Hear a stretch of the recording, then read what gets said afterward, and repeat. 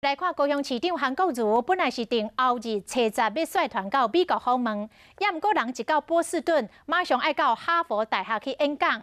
韩国瑜惊会袂赴调整时间差，影响到演讲的表现，所以甲太太李嘉芬提早一天来出发。 高雄市长韩国瑜准备要出访美国，要去进前特别来到南投三贤宫拜拜。